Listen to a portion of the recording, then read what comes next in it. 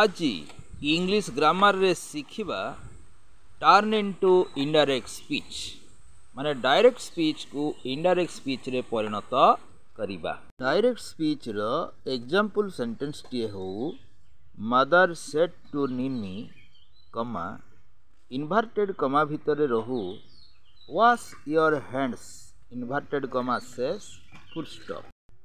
एही direct speech sentence T रे mother said to निनी reporting भार स्पीच अटे आ ये रिपोर्टिंग भार स्पीच टा पास्ट टेंस रे अछि कहीं ना एथिरे भार्ब सेड अछि। इन्वर्टेड कमा मध्य रे थिबा अंशटी रिपोर्टेड स्पीच अटे अर्थात इन्वर्टेड कमा भितर अछि किए वॉश योर हैंड्स टा रिपोर्टेड स्पीच आ एहा गोटे इंपरेटिव सेंटेंस ऑफ ऑर्डर बा कमांड को बुझाउछि। जेहेतु रिपोर्टेड स्पीच टा इंपरेटिव सेंटेंस ऑफ ऑर्डर बा कमांड को बुझाउछि तेणु रिपोर्टिंग भार स्पीच रे थिबा सेड भार्ब को आस्क्ड करिबा आउ कंजक्शन नेबा टू।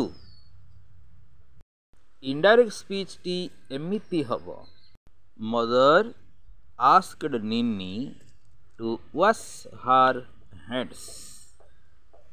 एथिरु आमे जानिलु जदि डायरेक्ट स्पीच रो रिपोर्टेड पार्ट टा गोटे इंपरेटिव सेंटेंस ऑफ ऑर्डर बा कमांड को बुझाउ थाए तेबे इनडायरेक्ट स्पीच रे ता पई कंजक्शन आसे टू।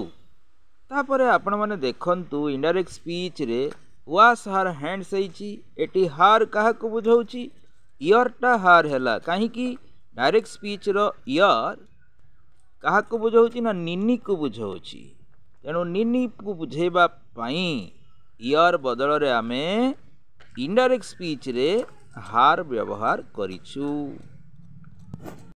एमिति डायरेक्ट स्पीच रो रिपोर्टेड स्पीच पार्ट टा इंपरेटिव सेंटेंस ऑफ ऑर्डर बा कमांड रे अछि बोली जानिबा केमिति जदि रिपोर्टेड स्पीच रो आरंभ वर्ड टा प्रथम वर्ड टा गोटे base form of lexical verb हेइथिबो माने भार्ब 1 हेइथिबो तेबे ताहा जानिबे ऑर्डर बा कमांड को बुझाउछि।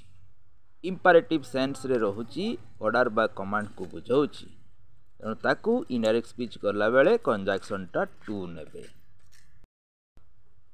आम आवर इंग्लिश ट्यूशन रो ग्रामर टीचिंग केमिति लागुछि सहजरे बुझी होउछि हेले शीघ्र शीघ्र सब्सक्राइब करंतु लाइक करंतु शेयर करंतु।